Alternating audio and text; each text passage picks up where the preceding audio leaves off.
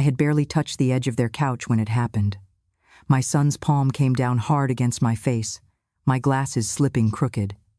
Before I could steady myself, his wife's pointed shoe drove into my shin. The couch wobbled under me, but it wasn't the blow that hurt, it was the betrayal. This was the same couch I once bought with my first year's earnings, now in a house where I was no longer welcome. How does a mother go from being the heart of a home to a stranger who needs permission to sit? If you want to know what really happened, stay with me until the end. But before we dive into this shocking story, let us know where you're watching from in the comments, and if you love gripping, breathtaking stories, don't forget to subscribe. Savannah in late spring has a way of holding on to the day's heat, as if the air itself is reluctant to let go. The magnolia trees outside Stephanie's living room windows were in full bloom, their heavy white petals nodding in the afternoon sun. Somewhere down the block, a wind chime tinkled lazily in the warm breeze. But inside, the air was tense and still, the kind of quiet you can feel pressing on your skin. I had not planned to sit down. Not on that couch, not in that house that no longer bore my name. But when Stephanie told me, "You can wait over there," her manicured hand waving vaguely toward the corner chair I had never liked, I glanced at the couch instead. It wasn't just a couch, it was my couch. 40 years ago, I bought it with my first full year's earnings after my husband's stroke. Mahogany wood, carved lion's feet, deep burgundy cushions ordered from a craftsman in Pennsylvania who signed his name beneath the frame. No one sat on that couch unless I offered them tea first. It had seen Sunday prayers, Christmas mornings, and David's first broken heart. It had been there the night I collapsed after my husband's third seizure, my wedding ring leaving a small scratch in the wood that I never sanded away. That scratch had been part of our story. Now, the carving was dulled beneath a glossy varnish. Stephanie must have found on some influencer's Pinterest board. The scratch was gone. Every mark of my life, erased detail by detail. She'd even replaced the throw pillows with something stiff and silver, like they belonged in a hotel lobby. I lowered myself onto the edge of the cushion anyway.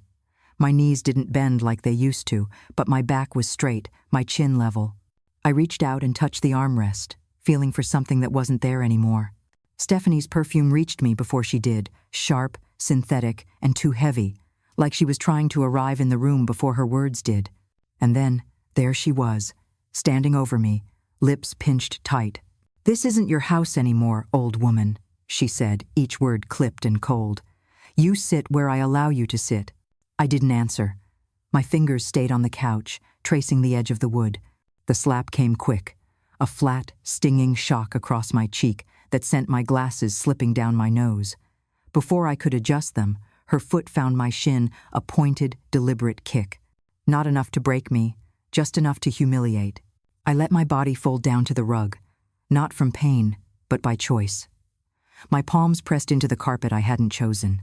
It smelled faintly of citrus cleaner, the kind that makes everything feel sanitized but never truly clean. When I looked up, David was there, my son, standing in the archway between the kitchen and the living room, a tumbler of something dark in his hand. Bourbon, maybe, the way his father used to hold his guilt. He didn't move toward me, didn't speak to Stephanie, didn't even blink. "4.3 million, he said, voice steady. "You should have died before you touched it." And that's when I knew. This wasn't a moment of lost temper. He had known what she would do, maybe even wanted it. I didn't speak. Instead, I tilted my head just enough for the small silver lily pinned to my cardigan to catch the light. The brooch had been a gift from my late husband, but the camera hidden inside it was my own addition. It had been recording since I stepped into the house every word, every strike, every ounce of contempt they thought I was too old to notice. 8 minutes, 26 seconds, and counting. I pushed myself up from the rug, my cheek still warm from her hand. Stephanie stepped back, perhaps surprised I hadn't cried. My eyes drifted to the far corner of the room, where a framed photograph still hung. Easter Sunday, a decade ago. Me, David, Stephanie, baby Ethan, and my husband. In the photo, Stephanie stood just behind me, her head tilted slightly higher. She'd insisted I change out of my apron for that picture, saying it made the house look too provincial. That was the last Easter she ate anything I cooked. I bent to pick up my purse from the side table, moving slowly, deliberately.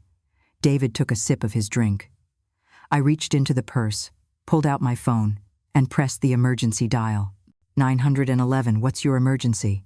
The voice was calm, practiced. My daughter-in-law slapped me, I said. I need someone to hear this, that's all.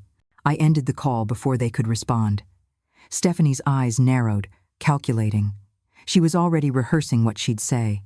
How I'd fallen. How I'd provoked her. How I'd always been dramatic. I didn't give her the satisfaction of a final word.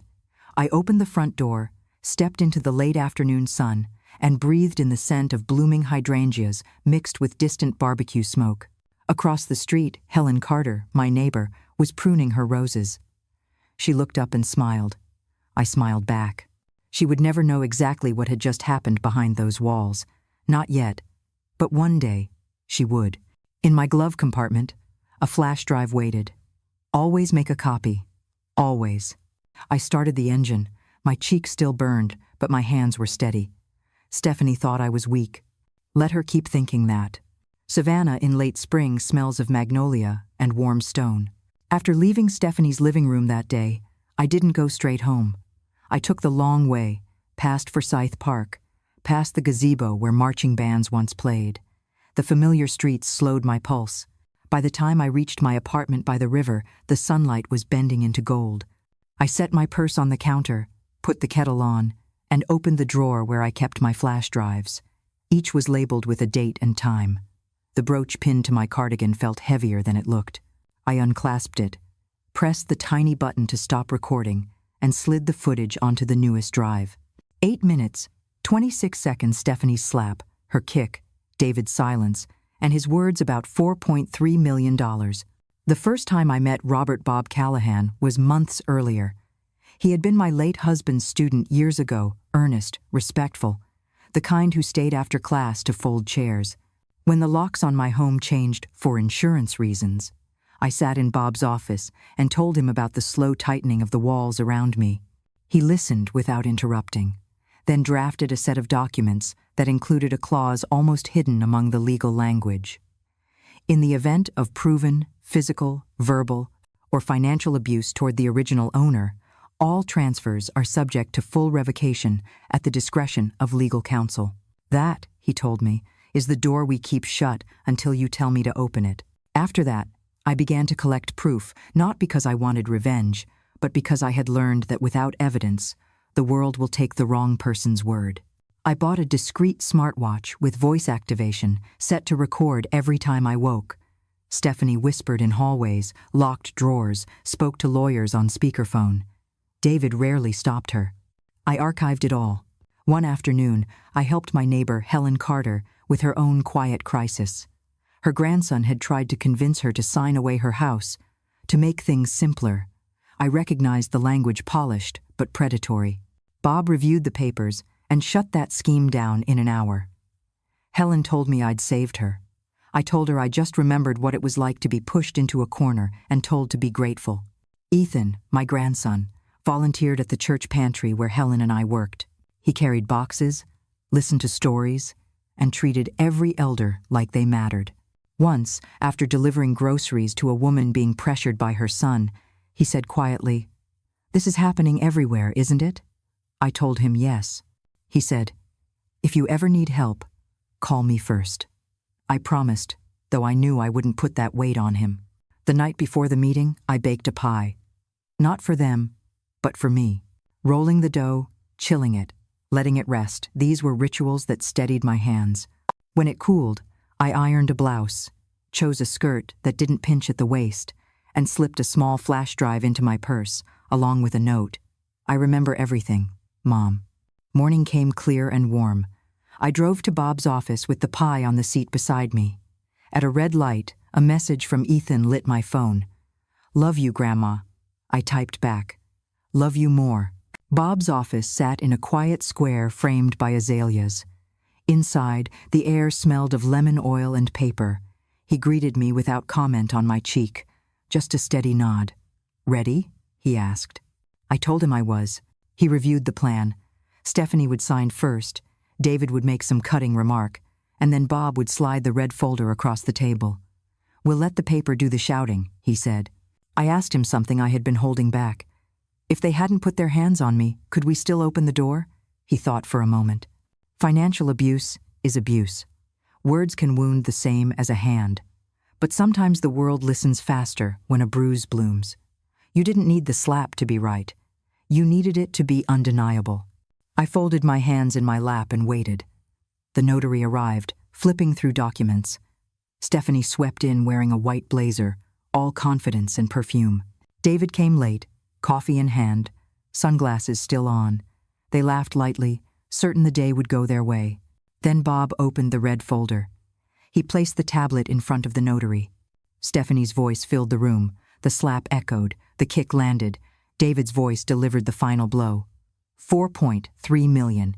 You should have died before you touched it. Silence followed. Stephanie's mouth opened, then closed. David's jaw tightened. Bob spoke evenly. As per Clause 7, this recording nullifies the current transfer agreement. All assets revert to the original owner, effective immediately. The notary wrote 2 words, Revocation confirmed. When it was done, Stephanie stormed out. David lingered just long enough to meet my eyes, his face empty. I didn't look away. I left that building with my name, my home, my proof, and a kind of quiet no one could take from me again. By the time I reached my apartment that evening, the river outside was carrying the first threads of sunset. I set the pie on the counter, poured myself a cup of tea, and for the first time in months, I let my shoulders drop. The papers were signed. My name was mine again. The fight, at least the legal part, was over. Or so I thought. The next morning, my neighbor Helen called. "Maggie," she said, her voice sharp with the kind of urgency that made you stop what you were doing. "Are you watching the internet?" "No," I said. "I'm making tea." "Well, your daughter-in-law is crying on it." I sat down at my small kitchen table and opened my laptop. There she was, Stephanie, sitting in my kitchen, mascara running, her voice trembling in just the right places. "We were forced out," she said into the camera. "We tried to care for her, give her a home, and this is how she thanks us." A gold-embroidered napkin rested neatly on her lap. She dabbed at her eyes like she was wiping away more than makeup. It wasn't grief. It was branding gone wrong. She talked about how I was confused, how I didn't understand modern financial arrangements, how she and David had sacrificed so much for me. I might have closed the laptop right there, but the internet had already done what the internet does best. It dug deeper. Less than an hour later, someone posted the Brooch camera footage to a subreddit called R. Elder, Abuse, Justice. The slap, the kick. David standing silent, then saying, 4.3 million. You should have died before you touched it. The 911 call played alongside the video. My daughter-in-law slapped me. I need someone to hear this. That's all. From there, it spread like spilled ink on linen. Clips appeared on TikTok with captions like, "She built the house." They made her a guest in it. Others slowed the slap to half speed, adding subtitles so no one could claim they misheard. Twitter threads pulled quotes from the video and paired them with statistics about elder financial exploitation. By afternoon, the tone of the online conversation had shifted. At first, there had been sympathy for Stephanie. Her tear-streaked face was an easy thing to pity. But the footage told another story, one that couldn't be spun away. Comment after comment turned against her. They gaslit this woman, stole from her, hit her, and now they're crying online. One read, "Imagine being this cruel and still thinking you're the victim," wrote another. Within 48 hours, 3 of Stephanie's PR clients announced they had terminated contracts. A fashion brand posted a single line under their logo, "We do not condone abuse." David's company, the Sterling Group, revoked his access badge. They cited violation of fiduciary trust and documented elder abuse toward a founding shareholder. Oh. That clause was mine, written into the company's founding documents decades ago. My husband had once told me it was overkill. I told him it was insurance. I didn't make a statement. I didn't post the video. I didn't have to. The truth was working on its own. Ethan came by 2 days later with a framed printout of one particular comment from the subreddit. It read, "She never raised her voice, but the world heard her anyway." He hung it in my hallway, right where Stephanie once told me the wallpaper made the house look tired. It never looked more alive. Weeks passed. The noise online settled into something quieter, steadier. People stopped asking for interviews. Stephanie took her Instagram private. David deleted his LinkedIn. I changed the locks again, not because I was afraid, but because I was finished. Finished asking for permission to sit in my own living room. Finished hoping my silence would teach them grace. One warm Sunday afternoon, I invited Ethan over for lunch. We sat at the kitchen table, my kitchen table, and I slid a manila envelope toward him. He frowned, opening it carefully. Inside were documents transferring 25% of my Sterling Group equity to his name. Legal, irrevocable, filed that morning. "Why me?" he asked, his voice low. "Not because you defended me," I said, "because you never needed proof to remember who I was." He blinked quickly, trying to keep his eyes clear. I could see the boy he used to be, the one who, at 16, had brought me a towel and a first aid kit after Stephanie locked me out. The one who, at 8, had written me a letter saying I was his safe place. "You don't have to do anything with it right away," I told him. "Keep it, grow it, or one day, pass it to someone who needs to know kindness runs in the family." His mouth trembled before he nodded. "I won't let you down." "I know," I said. When he left that day, I stood in the doorway, watching him walk to his car, sunlight catching his hair. He didn't look back. He didn't need to. The next chapter was already taking shape in my mind, a way to take what had happened to me and make sure it didn't happen so easily to anyone else. It would be called the Silent Seat Foundation, named for the words Stephanie had thrown at me the day she hit me. "You don't get a seat unless I say so." I decided then I would build seats for women who had been told they didn't belong at their own table, and no one, not David, not Stephanie, not anyone, would have the power to take those seats away. The idea for the Silent Seat Foundation started at my kitchen table, the same place I had once rolled out pie crusts for my family. Only this time, the ingredients were legal papers, a calculator, and a pot of tea. I sold the second property David and Stephanie had planned to turn into a content house, liquidated an old retirement account I had kept in my name alone, and moved the full $4.3 million into a trust account dedicated to the foundation. The mission was simple: protect elderly women from coercive asset transfers, legal manipulation by family, and the kind of isolation that makes exploitation easier to hide. I knew too many women who had been pushed out of their own homes with a smile and a pen told they didn't need so much space, or that simplifying paperwork was for their own good. Help, I had learned, could be a weapon when it came with a contract. Ethan sat with me as we filed the paperwork. He asked questions, good ones, about legal terms, about how we would screen cases, about how to find women before it was too late. I told him what no one had told me, that the law could be on your side and still not save you unless you knew how to use it. We set up a hotline, staffed by retired social workers and elder law attorneys who knew the tricks abusers used. We partnered with churches, senior centers, and even the post office places where older women still showed up in person.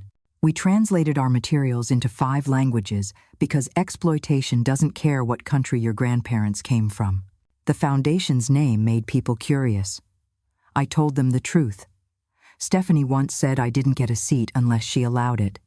So I built an entire room of seats for women who had been told the same. 3 months later, we held our first public event in the hall near Forsyth Park. White lilies lined the stage, my late husband's favorite. The navy banner behind me read in silver, Silent Seat Foundation. I didn't plan to speak long. My knees preferred not to linger in heels, and I've always believed too many words can dilute a good truth. But I did want Ethan to speak. He stood behind the podium in a navy suit that still looked a little big on his frame. His hands shook, but his voice didn't. "I'm not here because I'm her favorite," he began, looking at me with a half smile. "I'm here because I remembered who she was before anyone needed proof. My grandmother never raised her voice, but the world heard her anyway. And now, because she spoke without shouting, thousands of other women will never have to beg for a seat at their own table." The room was quiet, not with disinterest, but with listening. He talked about the first aid kit on the night of the slap, about the letter he wrote me at 8 years old, about how remembering someone's worth is different from defending it. By the time he stepped back, a few people were dabbing at their eyes. I returned to the podium and spoke plainly. "I am not a victim," I told them. I am a woman who survived her own silence. There is power in quiet, but sometimes you have to plant that quiet where it can grow loud. I told them about the couch, the Brooch camera, the clause in my deed no one thought would matter. I told them that being good is not the same as being safe, and that trust should never cost you your home. And then I ended with this. If you were ever asked to give up your seat in a room you helped build, this foundation is for you. They stood, not because they were told to, but because they wanted to. After the speeches, people came forward. Some wanted to volunteer. Some wanted to tell me their own stories. One woman pressed a letter into my hand and whispered, "You saved me before we ever met." Later, at home, I opened it. She wrote about losing her house to her daughter's second husband, about calling the hotline and being connected to a lawyer who stopped the transfer. Her final line read, "I sleep in my own bed tonight because you fought for yours." That night, I sat in my sunroom with a cup of tea, looking out at the river. The air smelled like wet earth and jasmine. I thought about the foundation's future, about Ethan taking the lead one day, about how a legacy isn't just in property or money, it's in making sure no one else has to live the same story you did. For the first time in years, I felt something lighter than relief. I felt peace. The envelope was cream-colored, thick, and had no return address. Just my name, written in the same boyish handwriting I used to correct on his math tests. Inside were 7 words. I know what I did. If you ever want to see me again. Room 7, next Thursday noon. No signature, but I didn't need one. I read it once, folded it neatly, and placed it in the drawer beside my bed. For days it sat there, quiet as a secret, until Thursday morning came. I woke before dawn. I didn't wear black, this wasn't a funeral. I wore the same gray suit I had on the day I took back my deed. Simple, lined, soft at the cuffs. No brooch, no watch, no hidden cameras. That chapter was closed. In my purse, only 2 things. My wedding ring and a single sheet of legal paper, notarized and bearing my name across the top. Title: Waiver of Legal Pursuit in Perpetuity. His name followed, not bolded, not underlined, just there. At 11:58, I walked into room 7. It was a hospital room, not a courtroom. David sat upright in a recliner, an IV in his arm, the steady beep of a monitor behind him. There were no flowers, no cards, just the faint antiseptic smell of a place where people wait to be better or worse. He looked older than I remembered, not in years, but in wear. The kind of age that comes from thinking apologies can be postponed indefinitely. He tried to stand, but I shook my head. No need. We said nothing for a while, just the clock ticking 3 seconds too slow. I set the ring on the table between us. It caught the light. "This was Dad's," he said. "I wore it for 47 years, I answered. "Through everything until the day you looked at me like I was the furniture." His mouth tightened.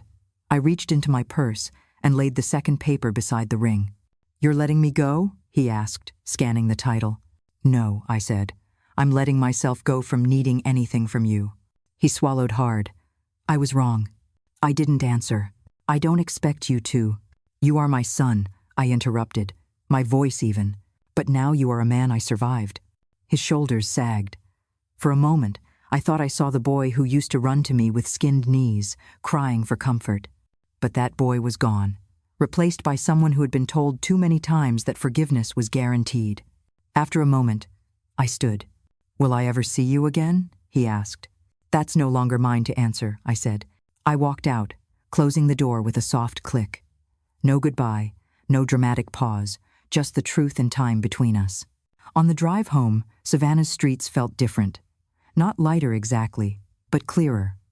I passed Forsyth Park, where a group of children were playing tag, their laughter spilling into the air. I thought about Ethan, about the Silent Seat Foundation, about the women who would sit at tables they were once denied. If you have ever been cropped out of the photo, if you have ever been told your quiet meant weakness, if you have ever been asked to give away the keys to a house you built, then you know. They called me a burden. They called me confused. But I had remembered every word, every door closed in my face. And when the time came, I opened the right one. I drove the rest of the way home with the windows down, the magnolia scent drifting in. At my apartment, I placed my wedding ring in the top drawer, beside the first letter Ethan ever wrote me. I made tea. The river outside moved slow and steady, like it knew there was no rush anymore. Some endings aren't fireworks, they're just a seat you've taken back, a name restored, and the knowledge that you will never again have to ask permission to sit in your own house. He knocked on my door just after lunch on a Tuesday. I don't get many visitors without warning at my age. People either call first or they don't come at all. When I opened it, the man standing there removed his cap politely. "Ma'am," he said, his voice unsure, "you probably don't remember me, but I did. Even after 37 years, I knew him. He was the boy who used to come to my diner after school, knees too dirty to pass the dress code, stuttering so badly he'd point at the menu instead of speaking. I used to slip him a piece of cornbread wrapped in napkin when he didn't have enough for pie. I remember everyone I feed," I told him. His eyes glistened. "I'm a reporter now, well, trying to be. Freelance. Mostly stories no one pays attention to. But I saw the live stream and the video, and I knew I had to find you." I half expected him to ask for a statement, or maybe even money. But instead, he said, "I want the truth. Not the headlines, not the comments. Just your truth." So I gave it to him enough for him to understand, but not everything. I told him about the slap, the Brooch camera, the clause in the deed, about how silence had been my shield until it became my weapon. He listened without interrupting, his recorder sitting untouched on the table between us, as if he didn't want to put a barrier between my voice and his memory. When I played the 911 call for him, his hands shook. "I know someone at the platform," he said. "If I send this, it won't get buried." And he was right. 2 days later, it hit the front page of R. Elder Abuse Justice again, this time titled, "She's Saturday Anyway." The post included the full Brooch camera clip, me lowering myself onto my own sofa, Stephanie's slap, her kick, David's silence, and the sound of her heel hitting my shin. Paired with it was the 911 audio. "My daughter-in-law slapped me. I need someone to hear this. That's all." The thread exploded. Women in their 60s and 70s shared stories of losing their homes to family for safekeeping. Granddaughters posted photos of their grandmothers with captions like, "She built everything," and they made her feel like a guest. One comment stood out. "The slap didn't break her. The silence did." And then she weaponized it. Stephanie tried to respond. She posted a notes app, apology, using phrases like misunderstanding, emotional stress, and context matters. But the internet's memory is long. A fashion label she once worked with reposted her statement, striking a single line in red. "We do not condone this behavior." Within a week, she had lost 4 more clients. By month's end, her PR agency dropped her entirely. David stayed quiet until a letter from Sterling Group's ethics board reached him. I was copied as a primary shareholder. It read, "Per clause 9.4 of our beneficiary conduct agreement, all benefits extended to Mr. David Whitmore are revoked. Health coverage, retirement match, and bonus tier. Grounds: violation of fiduciary trust, documented elder abuse, reputational harm to founding shareholders." That clause was mine too, written 27 years ago, when my husband's consulting firm first became something real. David emailed me once after that. "You're destroying my life." I didn't respond. I wasn't destroying it, he'd managed that himself. I had simply stopped protecting him from the consequences. The reporter emailed me again. "It's gone national." News anchors debated the quiet epidemic of elder exploitation. A columnist called it a viral reckoning. On one panel, a psychologist teared up on live television and said, "This is what it means to survive politely." I turned off the screen. I didn't need validation. I had receipts. Ethan came over the following Sunday with a framed print of the subreddit post. He pointed to one comment. "She never raised her voice, but the world heard her anyway." "That's the one," he said. We hung it in the hallway, right where Stephanie once complained the wallpaper looked tired. That day, it never looked more alive. Sometimes justice doesn't roar. Sometimes it uploads at 2 a.m. from a cracked laptop. Sometimes it's a contract clause no one takes seriously until it burns down the house they tried to take from you. They thought I'd sit quietly forever. They forgot that I remember everything. In the months that followed, the Silent Seat Foundation grew faster than I could have imagined. At first, it was a handful of calls, a weak women referred by pastors, librarians, or the occasional neighbor who had just a concern. But after the national coverage, the calls became a steady stream. Some voices trembled. Some sounded angry, defiant. All of them carried the same undertone. I knew too well the sound of someone who had been told for too long that what they saw wasn't real. We hired 2 more attorneys, both women who had spent years fighting estate fraud and guardianship abuse. They came with their own folders of stories, the kind that make you shake your head and wonder how anyone sleeps at night. Ethan oversaw the new hotline system, making sure every call got logged and routed within minutes. Churches started inviting me to speak not just in Savannah, but across Georgia and into South Carolina.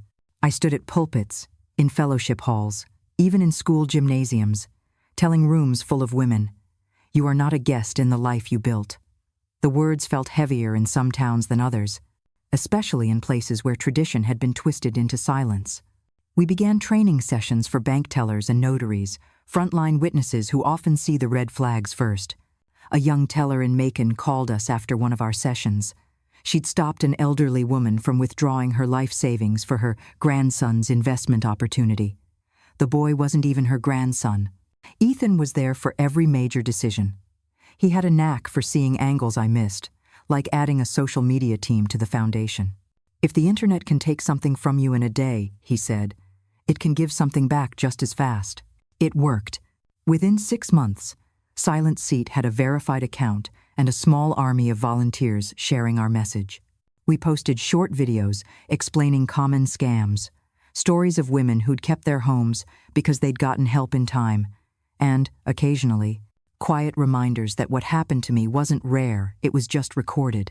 One of our most watched clips wasn't dramatic at all. It was me, sitting in a rocking chair, saying, "Don't sign what you don't understand. Don't confuse love with surrender. And don't be afraid to keep a copy." By the end of that year, the foundation had helped secure injunctions in 12 cases, stopped 4 wrongful evictions, and restored over $3 million in assets to rightful owners. But it wasn't the numbers that stayed with me, it was the letters. One came from a woman in Ohio who'd been living in her car for 2 months after her nephew sold her house without her consent. Another from Texas, where a daughter had moved her mother into temporary housing and never brought her back. I kept them all in a wooden box by my desk, each one a reminder of why we were doing this. Of course, the noise from David and Stephanie's corner hadn't gone completely quiet. Stephanie gave one last interview to a small podcast, painting herself as a victim of online harassment. It didn't land. The host, a sharp woman with no patience for half-truths, asked if she regretted hitting me. Stephanie hesitated just long enough for the answer to be obvious. David stayed out of the public eye. I heard through someone at Sterling Group that he'd moved to a smaller city and was reconsidering his career path. I didn't care to know more. One evening, after a long day of foundation meetings, I sat in the sunroom with Ethan. The river was dark and slow, reflecting the street lamps in broken streaks. "Do you ever think about how it could have gone differently?" he asked. I sipped my tea. "If you mean, do I wish they'd done right by me? Yes. But if you mean, would I trade what we've built to erase what happened? No, I wouldn't." He nodded, but I could see the sadness in his eyes. "It's just, they're family." I reached over and patted his hand. "So are you. And family isn't always who shares your blood, it's who shares your burdens." We sat quietly for a while, the kind of quiet that feels safe. By the start of the new year, Silent Seat had opened a second office in Charleston. We'd secured partnerships with 3 law schools for pro bono work, and a retired judge had joined our board. The local paper called it a small revolution in the Low Country, but I thought of it more like planting hydrangeas. You don't see all the roots growing, but you trust they're there. One Sunday after church, Helen stopped me on the sidewalk. "You know, Maggie," she said, "I think you've sat at more tables this year than most people do in a lifetime." I smiled. "And I plan to keep sitting." End of chapter.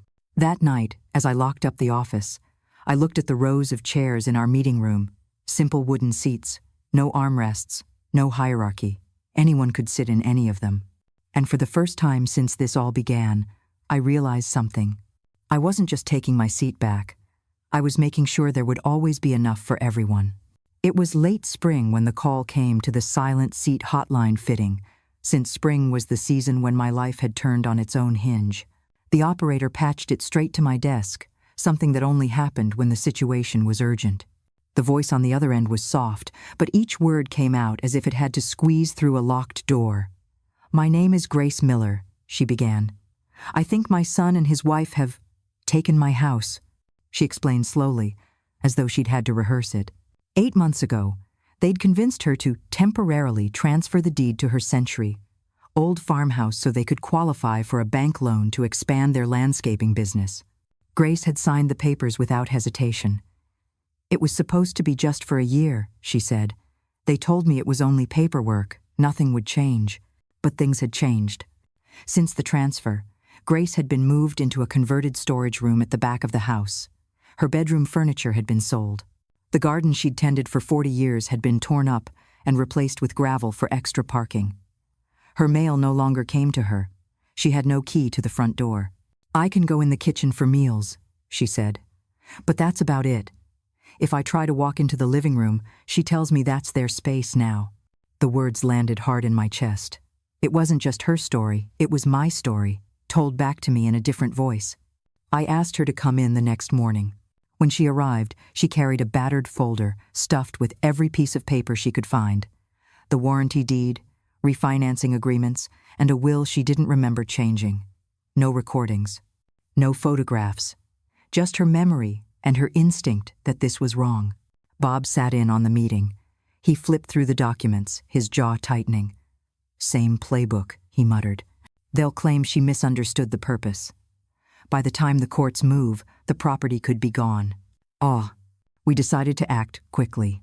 Grace still had allies, her pastor, a neighbor who had lived next to her since they were both newlyweds, and, most importantly, the local postal carrier who confirmed that Grace's mail was being intercepted. That meant we had a witness. While Bob began preparing an injunction to freeze any future transfer or sale, Ethan took a different approach. "If they've built a wall around her story," he said, "we need to bring the light to it." Within days, we organized a community history night in the town hall, advertising it as a presentation about the legacy of the Miller farmhouse. We invited local officials, reporters, and the county's elder services director. Grace was nervous, but I told her, "You don't have to shout, you just have to tell the truth." When the night came, Grace stood at the front of the room in a plain blue dress, her hands steady on the podium. She spoke for only 10 minutes, telling the history of the house, how her parents had built it in 1919, how her wedding reception had been held on the lawn, how she'd raised 3 children under its roof. Then she explained how, 8 months ago, she'd signed a paper that was supposed to be temporary, how her son now told her the living room wasn't hers to sit in. Then we dimmed the lights and projected 2 sets of photos. The farmhouse in its prime painted shutters, rows of lilies, a garden swing, and the same property now, gravel replacing the flowers, shutters cracked, and a heavy padlock on the gate. The murmurs in the audience grew into a low rumble. One of the reporters scribbled furiously. I heard someone whisper, "This is just like that Whitmore case." By the end of the night, the sheriff's office had assigned an investigator. The county commissioner promised to review the elder property protection laws. And the next morning, a judge signed Bob's emergency motion, granting Grace temporary exclusive occupancy until the case could be resolved. 3 weeks later, she walked back into her farmhouse with her pastor by her side. The locks had been changed this time for her. She called me that evening. "Maggie," she said, "I'm sitting at my own kitchen table and the window's open. I can smell my garden again." She sent me a photo. Her in a sunlit kitchen, a pot of soup on the stove, a vase of fresh flowers in front of her. When I showed Ethan the photo, he smiled. "Looks like we built another seat." Grace's case became one of Silent Seat's cornerstone victories. The local paper ran a front-page story, tying it to a larger pattern of elder property exploitation. Grace agreed to speak at our next fundraiser. "Standing in front of nearly 200 people," she said, "when they told me there was nothing I could do, Maggie reminded me that nothing is never the truth. It's just what people say when they don't want you to try. Her words hit me harder than I expected. I remembered the day I walked out of Bob's office with my own name restored. It wasn't just about reclaiming property, it was about reclaiming place. That night, after the fundraiser ended, I walked among the tables where women who had been strangers an hour before were now leaning toward each other, trading stories, comparing notes, sharing phone numbers. This was the thing David and Stephanie had never understood. They thought power was about possession, but the real power was connection. As the evening wound down, Ethan came over with the tally. "Over 600,000 tonight," he said. "That's enough to open 2 more field offices." I nodded. "Then that's what we'll do." The next morning, I watered the hydrangeas on my porch. The air was soft and warm, the river moving slow under the early light. Somewhere out there, another woman was being told she didn't have a seat in her own house. We would be ready for her. The invitation came on a Tuesday afternoon, tucked between a grocery store flyer and a bill for the water company. The envelope was pale blue, the kind used for wedding invitations. But this wasn't a wedding. My name, Margaret Whitmore, was written in looping script, careful and deliberate. Inside was a single card. Savannah High School, class of 1,970 reunion, celebrating 50-plus years. The date was 3 weeks away. On the back, in smaller handwriting, was a personal note. "Would mean a lot if you came. Tom Bradley." I hadn't spoken that name in decades. Back then, he was the lanky boy with ink-stained fingers, always sketching in the margins of his notebook. His hair fell into his eyes when he laughed, which he did often. He came into my parents' diner after basketball practice for a slice of pie and coffee that he pretended to like. One spring afternoon, he'd walked me home, carrying my books as if they weighed nothing. Then summer came, and by the time autumn rolled around, Tom had joined the Navy. We never wrote, we never called. Life moved us in different directions. At first, I set the card aside. I told myself I didn't have time. Silent Seat was preparing for a major fundraiser, and my days were full. Besides, reunions had never been my thing. Too much small talk, too much pretending. But that night, I found myself turning the card over and over, my fingers tracing the ink. It wasn't just curiosity about Tom. It was the reminder that someone from that far back in my life still remembered me at all. The day of the reunion was warm, the kind of soft Savannah evening that smells faintly of magnolia and salt water. I wore a navy dress that had just enough weight to hang properly and a silver necklace I'd owned for years. No brooch, no watch. I didn't want to carry anything from my battles into that room. The banquet hall was bright, filled with the buzz of conversation. Tables were draped in white linen, and a Motown band was tuning up in the corner.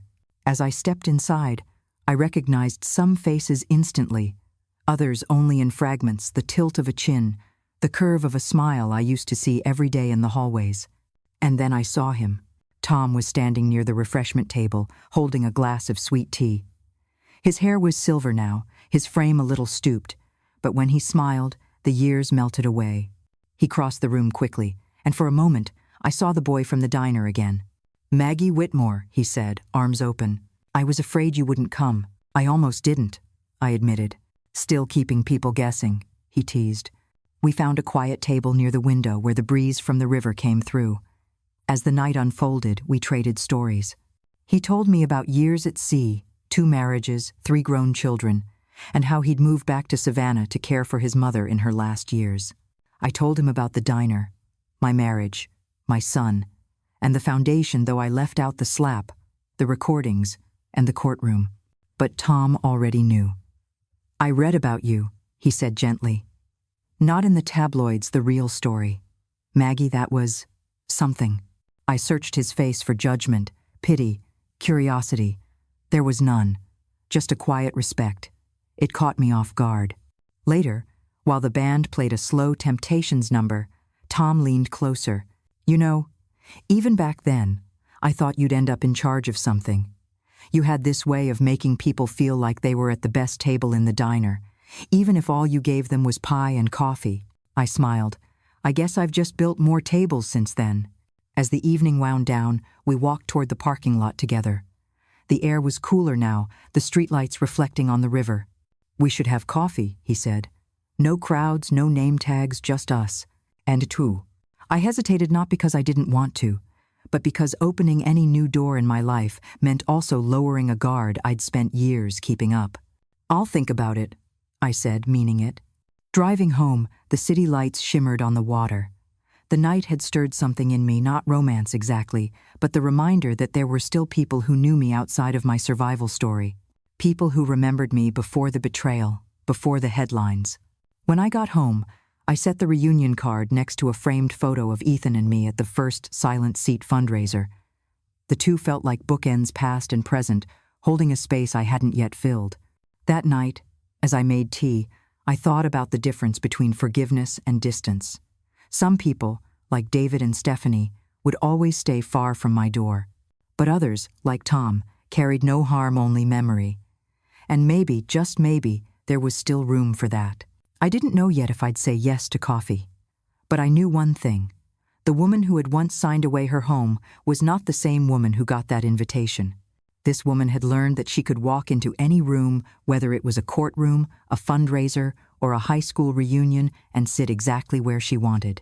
The Silent Seat Foundation had been running smoothly for almost 2 years when the first real challenge arrived, not from David or Stephanie, but from a stranger.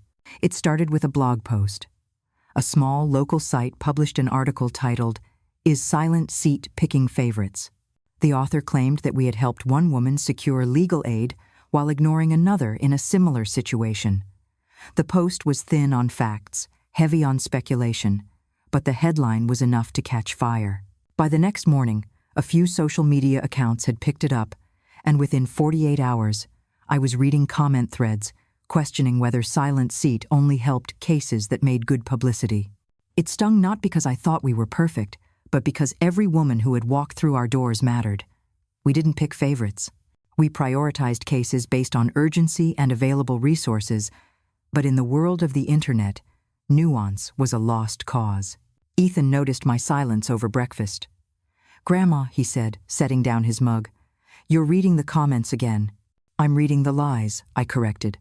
"Same thing," he replied gently. "Let's deal with it before it gets bigger." We decided to meet with our core team that afternoon. The conference room smelled faintly of coffee, and fresh paper our volunteer coordinator always brewed a pot before meetings. Around the table sat 2 attorneys, our outreach manager, Ethan, and me. "I'm not interested in arguing with strangers online," I began. "But if someone out there feels we ignored them, we need to know why." Ethan slid his tablet across the table. "We've already checked.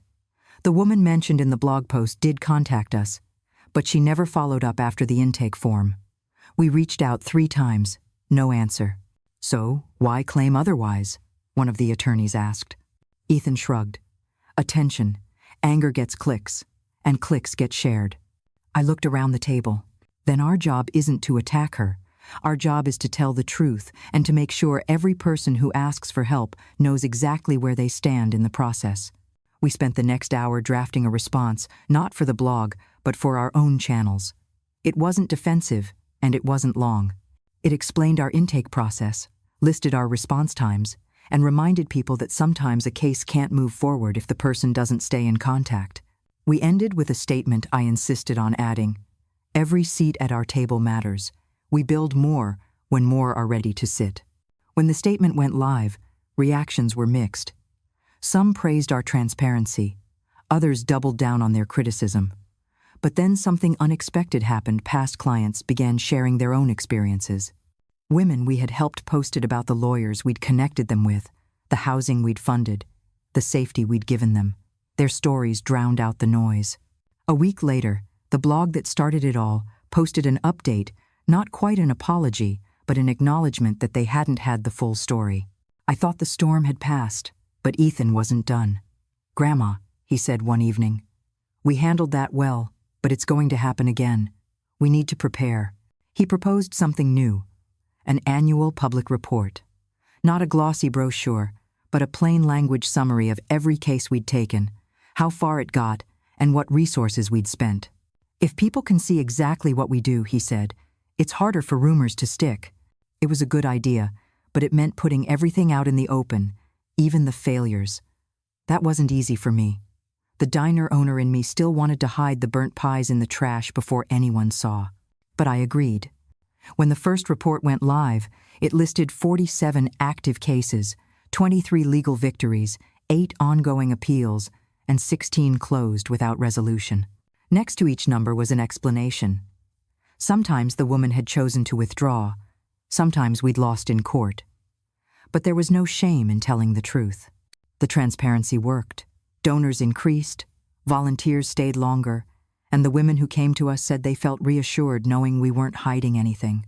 One afternoon, months later, I got a handwritten letter from a woman in Kansas. "I almost didn't call your hotline," she wrote. "I'd read some things online that made me wonder. But then I saw your report. You don't hide the hard parts. That's why I trusted you." I kept that letter in my desk. It reminded me that trust isn't just given, it's built, brick by brick, and it can survive the occasional storm if the foundation is strong enough. And in the end, that was what Silent Seat was. Not just a name, not just a cause, but a promise that no one would be pushed out of a room they helped build, not by family, not by strangers, and not by a rumor on the internet. Her name was Linda Carver, and when her case file landed on my desk, I froze. Not because of the details, though they were bad enough, but because of the name of the man involved, Gerald Whitmore. My late husband's cousin. I hadn't seen Gerald in over 30 years, not since a family reunion in Charleston where he drank too much beer, told too many crude jokes, and left early after an argument about politics. Back then, he was just an obnoxious relative you learned to avoid at barbecues. I had no idea what kind of man he became after that. Linda's intake form told the rest of the story. She was 71, widowed, living alone in the small house she'd bought with her late husband's pension. 2 years ago, she'd fallen and broken her hip. Gerald, her neighbor, had helped her with errands, repairs, and paperwork. Slowly, he convinced her to sign a power of attorney just in case. Last month, she found out the house was no longer in her name. I sat back in my chair, reading the lines twice. This was the exact pattern Silent Seat had been created to fight. But here was the problem. Helping Linda meant going after someone who shared my family name. Someone who would no doubt try to drag my own history into the mud to protect himself. Ethan noticed my hesitation. "Grandma, you're quiet. That's not like you with a case like this." I handed him the file. He scanned it, then looked up. "Do you know this guy?" "Yes," I said. "And if we take this case, it's going to get personal." Ethan leaned back. "Personal for you. For me, it's just another man who thinks age means easy target." I smiled faintly. He had my stubborn streak. We met Linda in person the next day. She was a small woman with careful hair and the kind of posture you get from a lifetime of manners. But her eyes carried the weary, sharp look I'd seen in the mirror once. The look of someone who just realized trust can be weaponized. "I don't want to cause trouble," she said after telling us the story. "You're not causing trouble," I said firmly. "You're stopping it." She hesitated. "But he's your family." I shook my head. Blood is not a shield for wrong. I learned that the hard way. We began with the basics, verifying the documents, tracing the property transfer, and pulling every phone call Gerald had made to county offices. Our attorney found that the power of attorney form had been signed without an independent witness, which in our state made it invalid.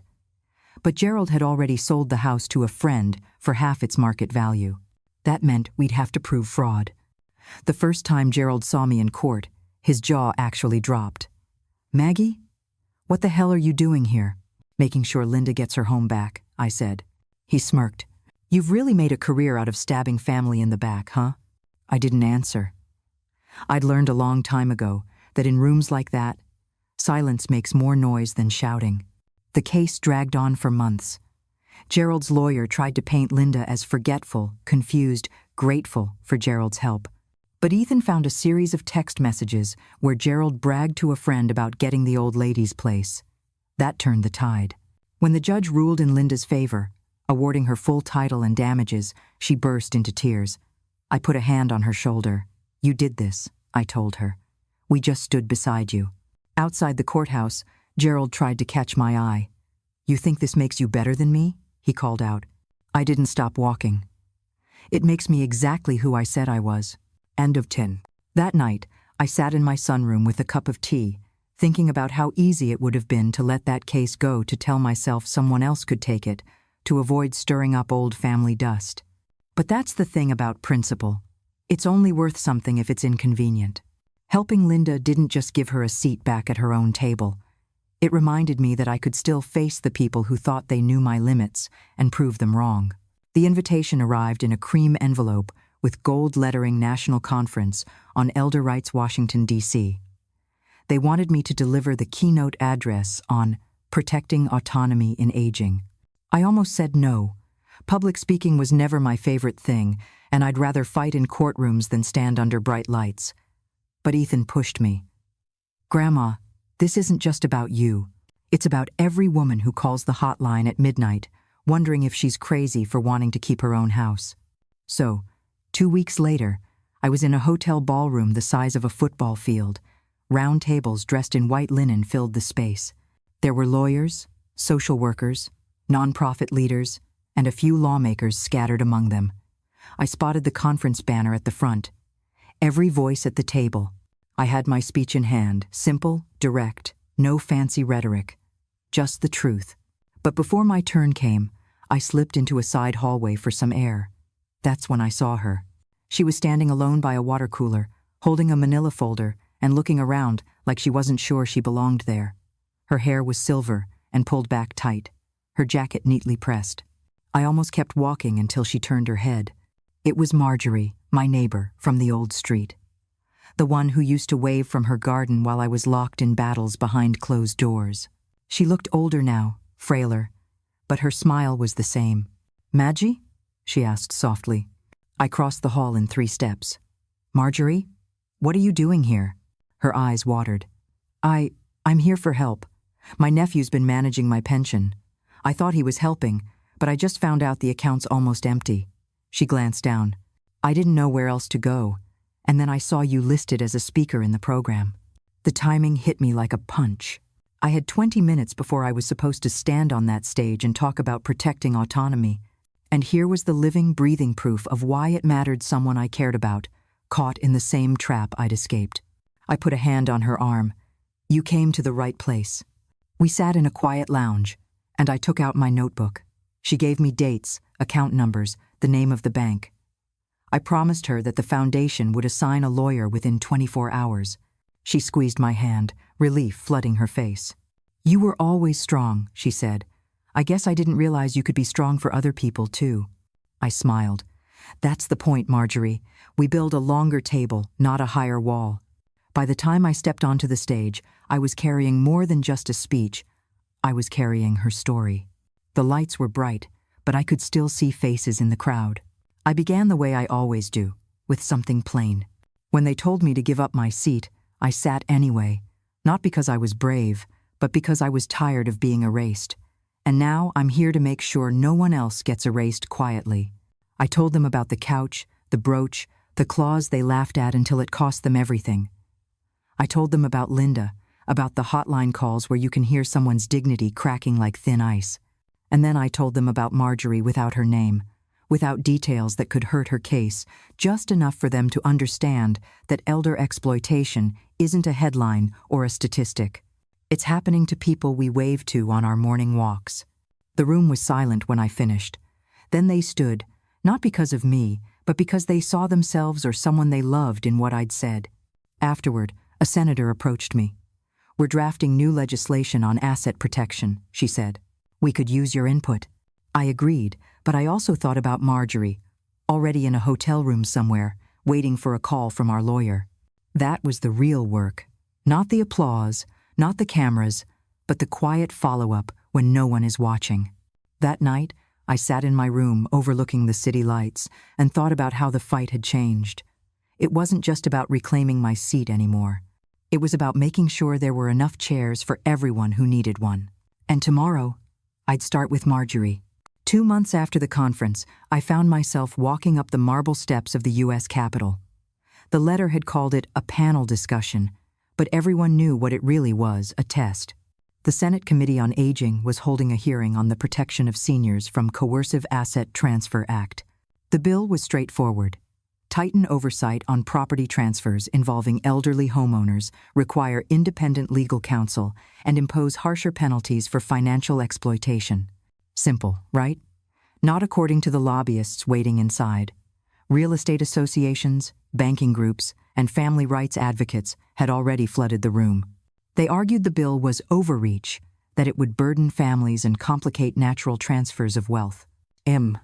I sat at a long table with 3 other witnesses, a law professor, a social worker from Arizona, and a man in a suit so sharp it could cut glass representing a national banking coalition. The senator chairing the session leaned into his microphone. "Mrs. Walker, you've been described as the public face of this issue since your story went viral. Why should this bill pass?" I took a breath. Because without it, people like me will keep losing everything they've built quietly, behind closed doors, while everyone else assumes it's just a family disagreement. The banker next to me smiled politely, as if I were a child speaking out of turn. "With all due respect, Mrs. Walker, we must be careful not to create unnecessary red tape. Most families handle these matters in good faith." I turned to him. "Good faith doesn't need secrecy. Good faith doesn't need locked drawers, surprise paperwork, or pressure in a kitchen at midnight. And if most families handle things well, then the few who don't should have no problem with a safeguard that only takes a few extra signatures." A murmur went through the room. The banker's smile faltered. One senator cleared his throat. "Mrs. Walker, critics say these laws might stop adult children from helping their aging parents with financial decisions." "Helping," I repeated. "Helping is making sure your mother can keep her house while you refinance. Helping is paying her property taxes when she's short. Helping is not changing the locks, selling her furniture, and telling her she can visit if she calls ahead. That's not help. That's control. And control without accountability is just theft in slow motion." The room went quiet. Even the stenographer looked up. I reached into my bag and pulled out a printed page, the transcript of my 911 call. I slid it across the table toward the senators. This took less than 20 seconds to say. "My daughter-in-law slapped me. I need someone to hear this. That's all." 20 seconds, and it changed the outcome of my life because there was proof. This bill is about making sure that proof exists before someone loses everything. When it was over, a young aide caught up to me in the hallway. "Ma'am," she said, slightly out of breath, "I don't know if this bill will pass, but I've never seen them that quiet." I smiled. Sometimes silence means they're thinking. Sometimes it means they're cornered. Either way, it's a start. That night, back in my hotel room, I poured myself a cup of tea and looked out over the Capitol dome. I'd gone in expecting resistance, and I'd gotten it.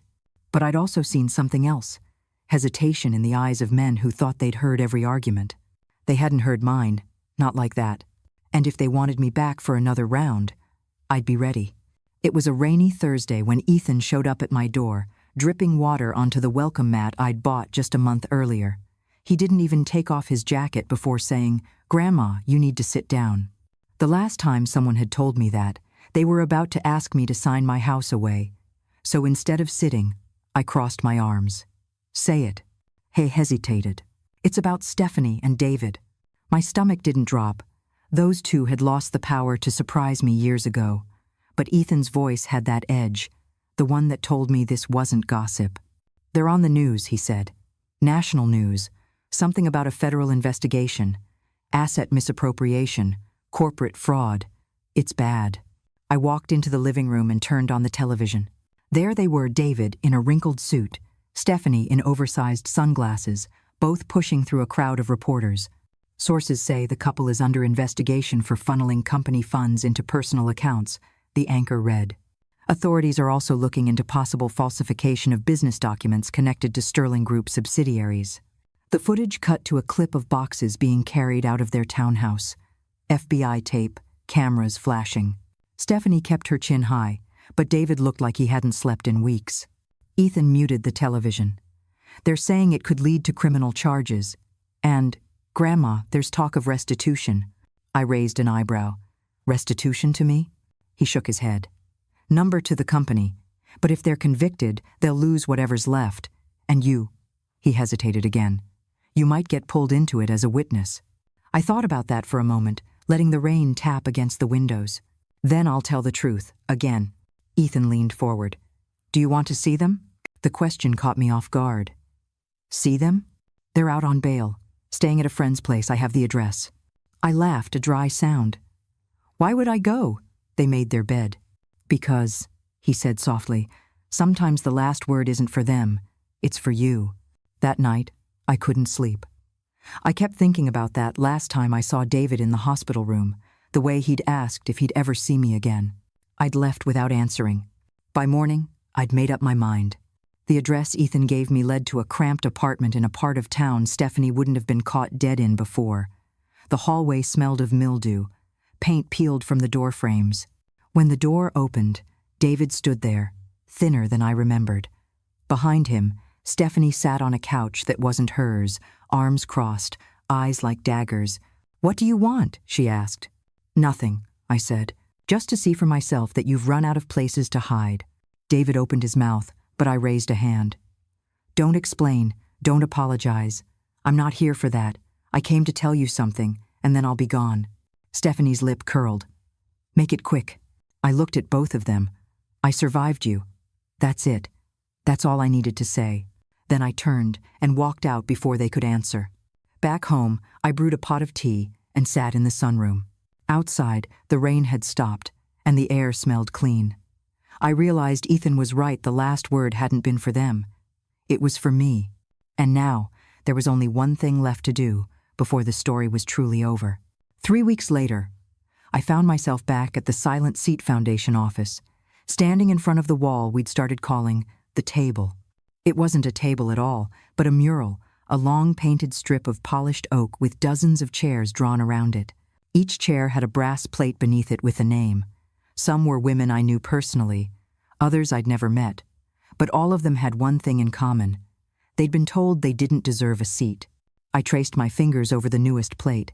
Helen Carter, my neighbor, the one I'd helped when her grandson tried to force her to sell her home. She was living comfortably now, her house safe. The smile she'd given me last week was brighter than I'd ever seen. Ethan came in carrying a stack of envelopes. Grant approvals, he said, dropping them on my desk. That's another 9 women we can help this month. 9, I repeated, smiling. Not bad for something they once called a ceremonial clause. He laughed. Guess the ceremony had teeth. The phone on my desk buzzed. My assistant poked her head in. Mrs. Whitmore, there's a reporter here to see you. I almost waved it off. Press wasn't my focus anymore. But then I saw him. The same young man who'd first helped post my story online, standing in the doorway with that same hesitant smile. Ma'am, he said, I'm writing a follow-up. Not about the scandal this time, about what came after. People want to know how you turned all that into this. I looked around the office, at the volunteers on their phones, speaking softly to women in trouble, at the files stacked high on the shelves, each one a story, a scar, a survival. You tell them, I said, that I didn't turn it into anything. I just gave other women the tools to do what I did, stand up without shouting, and sit down without asking. He nodded, scribbling in his notebook. When he left, Ethan lingered by my desk. You've changed a lot of lives, Grandma. I shook my head. No, Ethan, they changed their own. I just lit the path. That night, I went home to my sunroom. The hydrangeas outside were in full bloom, their blue petals catching the last light of the day. I poured a cup of green tea, sat back in my chair, and let the quiet settle. On the table beside me was the old letter Ethan had written when he was 8, still in its red envelope. Beside it lay my wedding ring. I slipped it on, not out of grief, but as a reminder of the years I'd built, the storms I'd weathered, and the home I'd reclaimed. They had tried to make me disappear. Instead, I became impossible to forget. And somewhere in Savannah that night, 9 more women slept under roofs that were still theirs because they'd been told they had a seat, and no one had the right to take it away. I sipped my tea, the steam curling into the quiet. Outside, the street lamps flickered on. The world would go on, full of people who underestimated women like me, and we would go on too steady, unshaken, and seated exactly where we belonged. What did you feel while listening to this story all the way through? If it touched your heart, leave the number 1 inch the comments. If you didn't feel connected to it, feel free to write 0. Every piece of feedback means a lot to me, because it's thanks to you that I can keep going. It's from your responses that I draw the energy to tell the next chapter. A new story is coming, even deeper, even more moving. And I truly hope you'll be there to listen with me.